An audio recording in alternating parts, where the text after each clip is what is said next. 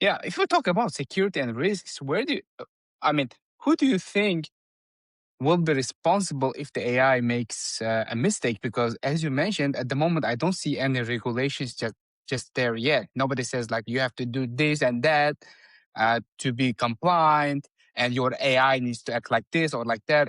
I don't know. So basically, I'm trying to understand. Okay, my AI did a mistake. It hallucinated, or I don't know. It ordered thousands of shoes instead of hundred that I Yeah. want to order. Right? Who's responsible now? Is it merchant? Is it the AI service provider? Who is that? What do you think?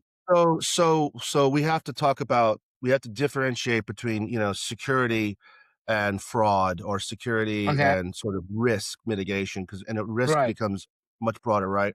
So security tells us that it gets from point A to point B without being exploited or vulnerable Yeah. Yeah. or made visible or breached or something like this.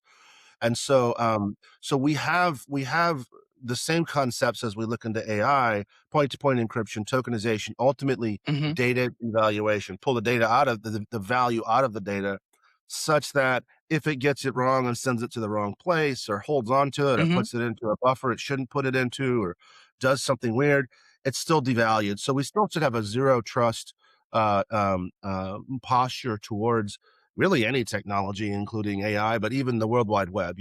I wouldn't be sending your credit card information or your personal social security numbers or whatever you have over the web in an unsecure way. And so I think that already would be the same answer. When it goes to what happens with the data, hey, we have 100% securely delivered your credit card information to a bad guy. So, okay, that's bad, but it's secure, but it's bad. So that's really the big difference here, I think, is, and that's where you wind up with when it comes to transmission of sensitive data, we can get it there securely, but who it goes to, what other meta attributes, how many shoes in the order, what's the shipping address, these things, those are all fungible, changeable items, and so that's an important where that's where the next growth, if you will, of the protocols for risk management with an AI come in place, and that just simply doesn't exist right now.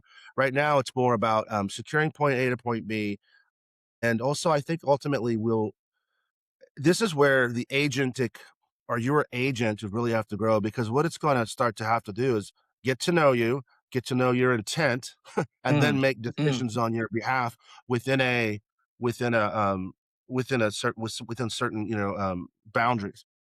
And so that part, I think, a lot of folks that interact with GPTs or the AIs are probably going there transactionally. I'm going to go in there and I'm going to spend 5 minutes, 10 minutes, try to do what I want, or I'm going to go over here and play around and, research a bunch of fun stuff.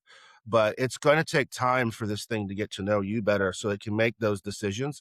And it will, and the models will get better.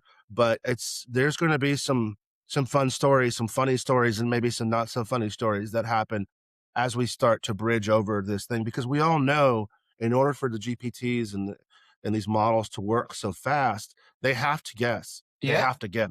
If they Yeah. didn't guess, then they would just sit here and say, "Sam, how many? Sam, what? Sam, what did you mean this? Did you really mean that? Sam, Sam." And it would Mm. bug the heck out of you because it would ask you too many questions.